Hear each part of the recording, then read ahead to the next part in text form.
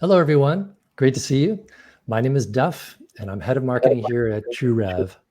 My guests here today are Ali Rizvi, who's CEO and co-founder of TrueRev. And we're honored also to have with us Sal Abdulla, who's the CEO and founder of ZenFinancials and NixSheets. Hello, everyone. Together, we want to say thank you for joining us here today. We do occasional live streams like this, TrueRev. We're always eager to help you learn. So today we're talking specifically about B2B SaaS companies and how to speed the monthly close while also improving accuracy. This means automation and a solid workflow.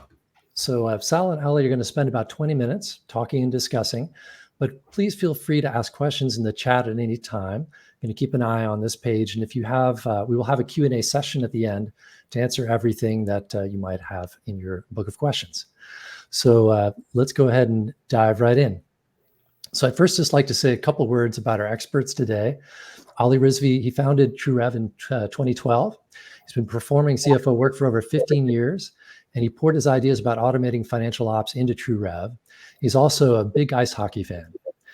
Sal Abdulla is a valued client of TrueRev. Thank you, Sal.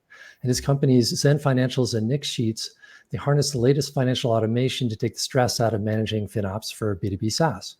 In addition to his expertise in finance, he's also served as a volunteer firefighter. So we're really lucky to have these two experts here today, and please look these companies up. So here's the typical challenge that a SaaS company faces with its monthly close. You need accuracy with no errors. You need visibility into all the operational data of the business. You need to be able to share in a way that all the stakeholders can use. You need to be able to maximize your existing CRM and your QuickBooks. So Sal, if I could start with you, could you please explain your experience with closes like this and share some recommendations for our audience?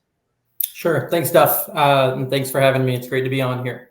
At a high level, what's really important when you're thinking about your monthly close process is to take what I recommend to CFOs, accountants, is to take a step back from the accounting, to step away from the spreadsheets, get out of the accounting system and walk the beat, get out into the business and understand the business. Each business or business model has its own type of complexity. So in my experience, I've been the head of finance several times over at this point. The last 6 years has been in SaaS, but prior to that, I had experience in oil and gas, cable television. I even did a stint at one point at a nonprofit institute in Washington, D.C. And each type of business has its own complexity. So when I was in the oil and gas industry, that complexity was almost entirely around expenditures. We had one or two clients, which were large multinational oil and gas companies. You send them one invoice at the end of the month. So there was no complexity around revenue. However, there was complexity around fixed assets, tons of expendable materials. You had headcount. You had people moving it in and out of oil drilling sites. So there was a lot of complexity around expenditures and fixed assets. And so as I was building out my monthly close process there, the focus was entirely on getting a handhold around those workflows.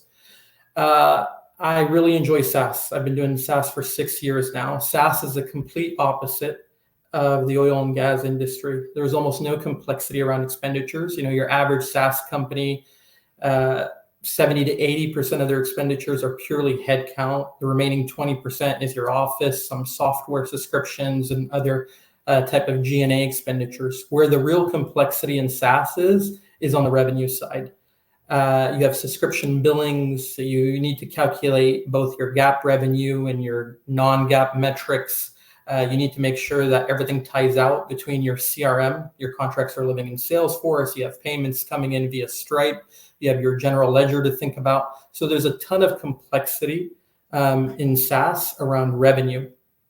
And so that's the biggest piece of advice that I would give to a person. First and foremost is identify where the complexity of the business is and then begin from there.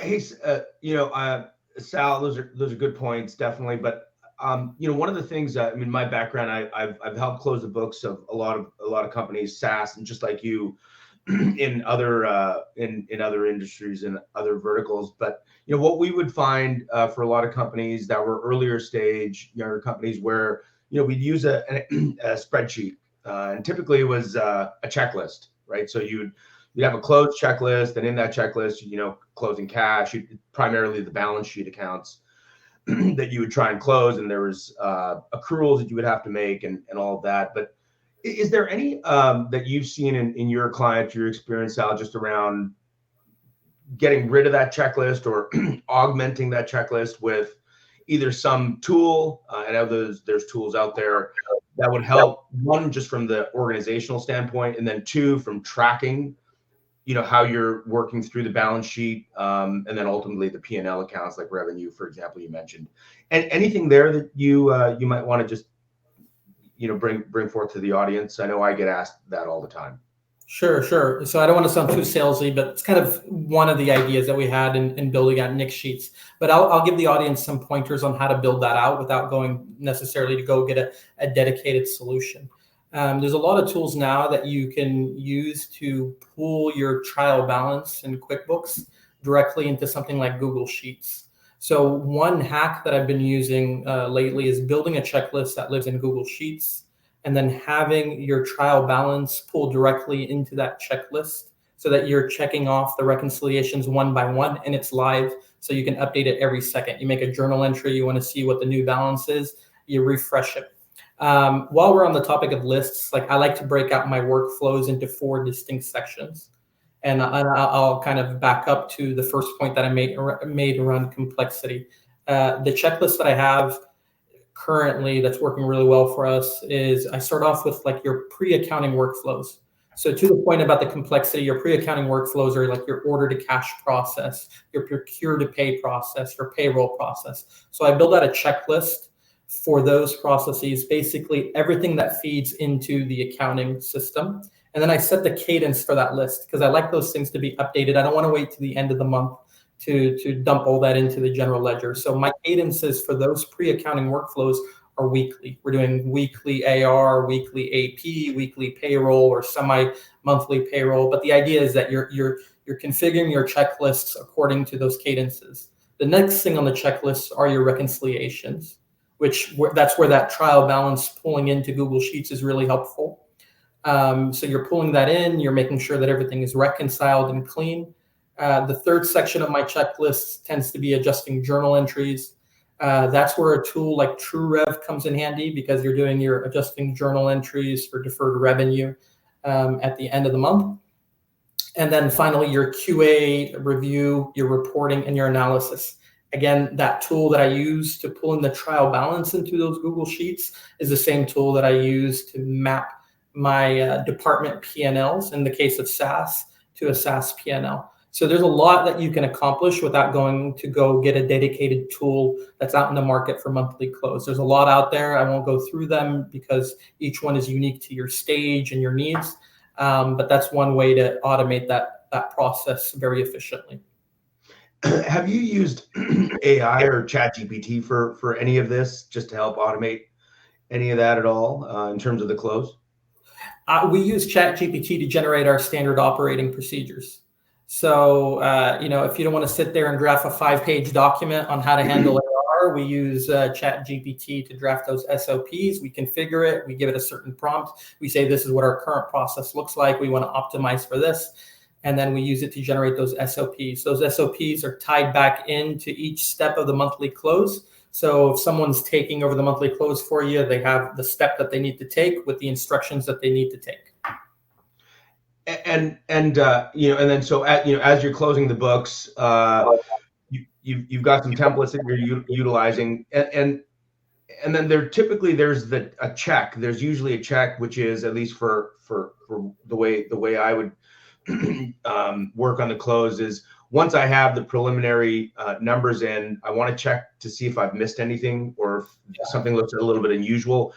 So you're looking at typically month over month variances. At least that's one of the areas that I specifically focus on, and that can highlight either you've missed something or something looks really unusual. So dig it into a little bit further. I know there are tools out there that can help you solve for that. I mean, one of them, Fanatical Software, I think you're able to pull in all your data and it immediately creates columns for you that show the differences and the percentage differences. How do you handle that right now? Is that being done something where you're doing that within Google Sheets or Excel, or using a tool to help you with the efficiency around that at all? We actually use the same tool. The tool that I've been using lately that I really like is LiveFlow. It pulls things into Google Sheets. Part of the QA process is going through the entire trial balance and matching to some kind of external source, right? And so making sure that you have all the information that you need to substantiate that trial balance living somewhere else. One of the reasons we've been so happy with TrueRev actually is that we were able to tie out our deferred revenue balances very easily, unbilled AR. And so we use other tools for things like prepays and fixed assets. The more things you can substantiate on the balance sheet, the more you're going to have accurate financials. You know, they say if you get the balance sheet right, the P&L kind of solves itself. Cool. All right. Well, let me see what else we have here. We really wanted to talk about, we've already gotten a little bit into the tools and typical tech stack that you'd see for a B2B SaaS company. I'd be interested, maybe both of you could talk about your experience in maybe a couple of different stacks and how they might work for perhaps a couple of different kinds of clients. Yeah. I like to divide my tech stack into a few key buckets. So revenue, you need some kind of rev rec solution. You need something that ties your CRM to your payments, to your general ledger. And if you get that right, I can't emphasize this enough for SaaS. Like if you get your revenue right, you've eliminated like 80% of the complexity. Then I like to segment my spend into two big buckets. Bucket number one, headcount. Bucket number two, non-headcount. Interesting enough, I'll get to payroll in a second. But what I've been really, really happy with lately is Ramp as a solution for our non-headcount spend. I'm able to take care of accounts payable in one place, expense management, meaning reimbursements as well as credit cards. And so we've been very, very happy with that system. It makes filing your 1099s at the end of the year super easy. It makes having visibility into vendor spend. And also one thing that we've been encountering a lot when customers use many different payment methods is the risk of double paying. Someone puts something on a credit card, another person submits something to AP, and you end up sending two payments to a vendor. So consolidating all of your non-headcount spend into one place is really, I think, important for your visibility and the ability also to handle a monthly close super quickly. To Ali's point earlier, like thinking about the variance analysis, I don't like digging through 7 different systems to put that commentary in at the end of the month on why we spent such and such, right? One added thing too is the ability to upload documents rather than uploading contracts into, let's say, Google Drive. You can use that same solution that you're using for your expenses to hold your contracts.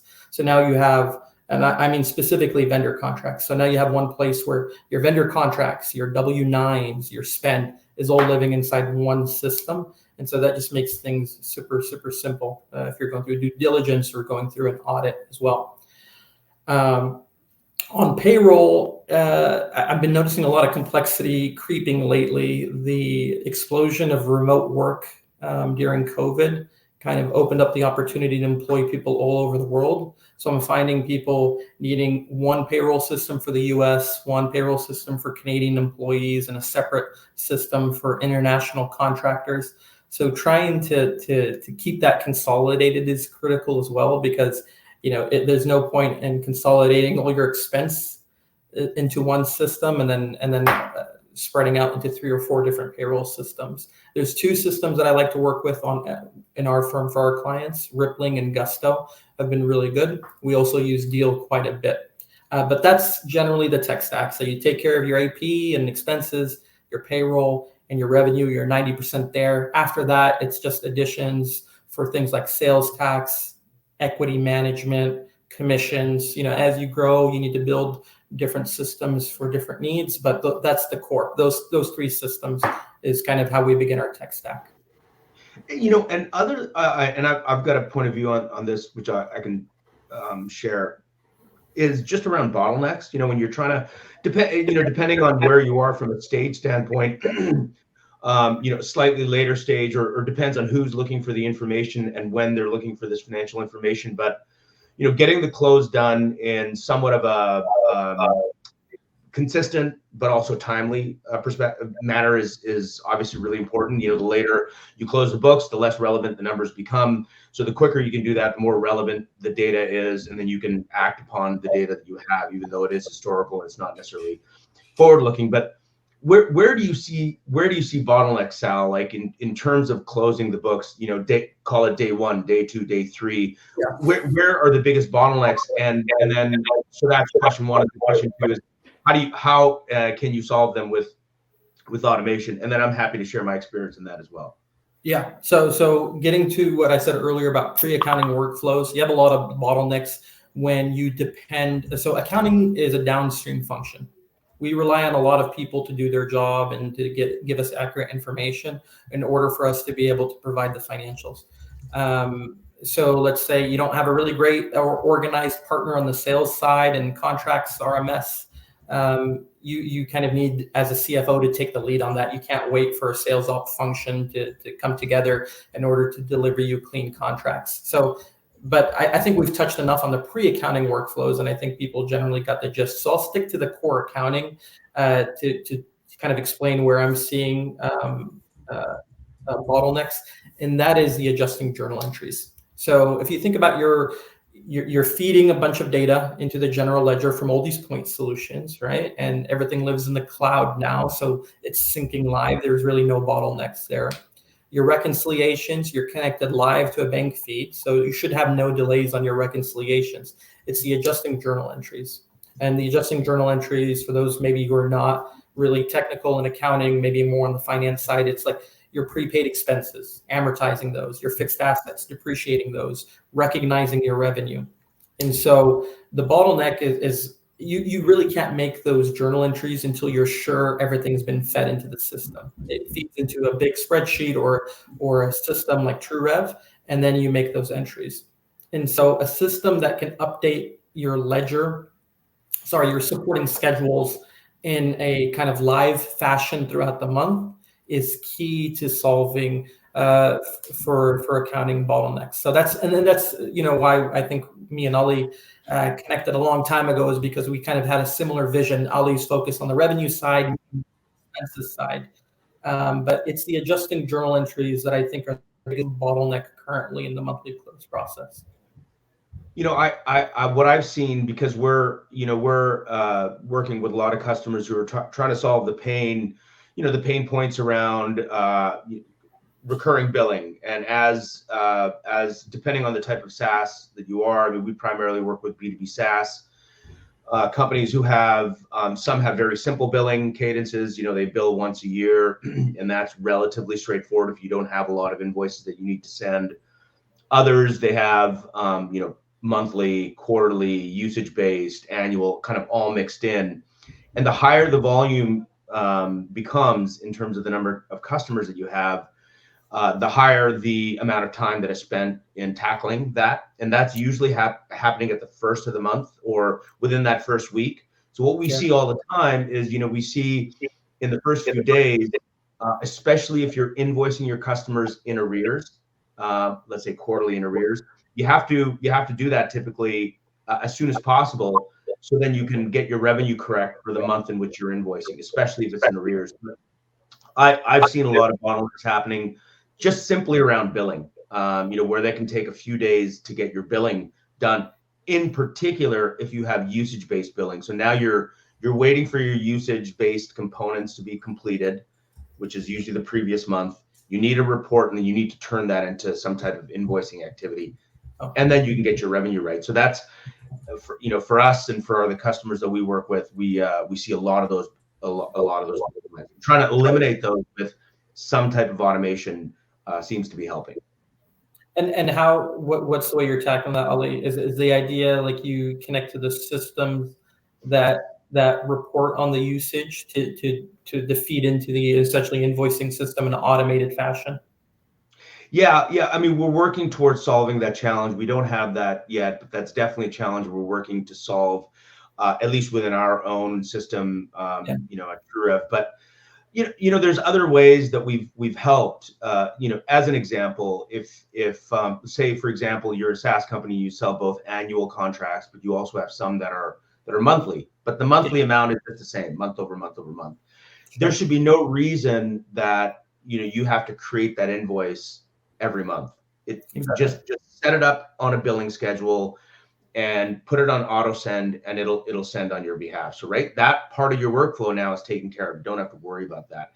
Just focus on the ones that are changing. And so we've made automation, at least within our application. I know there's others out there that can help you eliminate that workflow and save you that time, and therefore get you past that bottleneck. That's actually one use case that gives me peace of mind as a CFO, is essentially pre-generating all of the invoices for the contract if you know exactly what those invoices will be, because then there is no risk of missing a bill. And my last full-time job as a head of finance, within like a month of coming in and doing an audit of the revenue, I found a couple of invoices, one for $42,000, another one for $20,000 that was unbilled and 6 months old. So $60,000 worth of invoices right there, with just a quick analysis with a spreadsheet. Did you end up collecting those? I'm sorry? Did you end up collecting? We did. Luckily, they were very gracious customers, but it's always difficult to tell a customer, hey, you owe us 40 grand from 9 months ago. But in this case, we had a good relationship with them. Yeah, no, that's great. It's a very true point. We see it all the time, where just simply, as the volume increases, it's just there's more element for human error, or oversight, I guess, and it happens all the time. I'll touch on this point, and we'll transition. But just to drive this point home, I have a customer who had a multi-year billing with a very, very large client. We're talking over 100K, 150K per year. Now, because of the size of this client, obviously people were paying attention to it, but there was some turnover on the accounting side. And there was, it's a small company, typical startup, 20, 30 people, so only one person in accounting. When the turnover happened, there was no one there in accounting to know that you needed to bill year 2 and year 3, right? And so the only time we knew that the billing was missing is when the ARR for the customer dropped in our reports. And so by generating, like if you sign a 3-year contract, you should pre-generate the invoices for year 2 and 3, so that if there's turnover or anything like that, there's to a customer. So. Yeah, absolutely. We have a question from Lucas, who had asked a follow-up question on something, Sal, you were talking about he was hoping you might mention a few software apps you might be using for non-headcount. For non-headcount expenses? Mm-hmm. Okay. So for tracking expenses, the traditional setup, my last job was bill.com, handles all AP, and Expensify is for reimbursements and credit cards. I've started to move away from Expensify. I don't think they've kept the platform going at the level that's required to be competitive with what's out there. So I am using Ramp more and more, and there's other solutions like Ramp out there. Divvy was acquired by bill.com, so maybe that's a good solution. Brex, I use Brex quite a bit with different customers. So those are the main ones that are kind of in the market right now. And is that, Sal, also just to add on to that, hosting is a big component of most SaaS companies. Are you tracking that as well via Ramp right now in terms of the vendor solution? Yes. So one advantage of a system like that is you can set up a virtual credit cards for a specific spend. So let's say you have an Amazon AWS account, you assign a credit card that's only for Amazon AWS. The added security of using virtual credit cards is if somebody leaves, the Amazon AWS account is not tied to that person's credit card. And so there's continuity there as well. Super useful. Yeah, especially if you don't want to have subscriptions just running on forever that you don't see. Exactly. You can have those cards expire anytime you want. Exactly. This kind of interesting question, maybe a little tough to answer in general, but how long should it take a company of say 1 million ARR versus 10 million ARR? How long should their close generally take? Is that range, or would 25 million be more of a space to think about what might be different? Yeah, what you find, so I would say, I'll start off by saying, I think the gold standard is between 3 and 5 days. for any close, regardless of size. Business days? Business days, correct. 3 to 5 business days. What you find is that the complexity of the close increases dramatically after 10 million. And the amount of days to close typically increases and doesn't get better until 100 million, which is really interesting. There's a white paper actually on this. So between 10 and 100 million, those are like some of the worst performing companies. It's because they're big enough to have a lot of complexity, but not large enough to have a massive accounting and finance org. And I experienced this, very vividly at like 25 to 30 million at my last company. There's all kinds of considerations. Now, maybe you're backed by a PE firm. You're no longer, that early stage VC firm companies that just require very basic reporting. You might have a lot of debt instruments in place. There's all kinds of increased reporting requirements, and so you have to get your accounting right. You're amortizing, you're capitalizing commissions. You're doing all kinds of adjustments and allocations, and so that's where you see those numbers go downhill. Usually, 10 million starts to get worse, which is ironic to me. You would expect the accounting org to get better with time. Has that been your experience, Ali? Yeah, no, absolutely. There's a lot of depends in the answer, but again, it depends on your complexity, which I agree. It starts growing after 10, 10 million. In fact, even after 5, you can have companies that are doing very complex contracts, very complex contracts. It has complexity from the revenue perspective, and then there's volume, right? I mean, as you start moving, you're invariably going to be selling to more and more customers as you grow, and that in itself just creates complexity and inefficiencies. I would think so. So let me ask you this kind of a question from a different angle. So there was a big downturn in SaaS in 2023 that affected a lot of people. There's been a lot of initiatives to cut costs, and certainly automation is one place that happens, but also the idea of investing in new tools might not seem very palatable at a time when people are trying to maybe use less. So I guess if for people that are accountants or controllers that might be sort of feeling the pain of these of the monthly close as their companies grow without having a lot of resources to use, what do you think would be the best argument, Sal, for seeking for upper, for the CFO level or even above that might be benefiting from the data out? How can they make more of a case for this, making their work easier at that level? Yeah, I love this question. 80% of your spend is headcount. So anything that allows your headcount to become more efficient is critical. It's interesting. I started ZenFinancials 2 years ago. And so the efficiency play when you're in-house versus when you're building out a firm is very different. And when you're building out a firm, you really start to pay attention to efficiency, because if you can't deliver the service at an affordable price, then you're out of business, right? And so I've seen firsthand, like I know I could not be doing what I'm doing today at the price point that I'm doing, with the type of customers that I'm doing, and the size of the team that I have, without a lot of tech backing it up. And so either you're going to spend on software or you're going to spend on very expensive headcount. And to get it right, especially when you're talking about a complex topic like RevRec, let's say you decide like headcount is a solution. It's not a software problem, it's a who problem. That's expensive headcount to someone who's knowledgeable enough to know your SaaS metrics and your ASC 606 and things like that.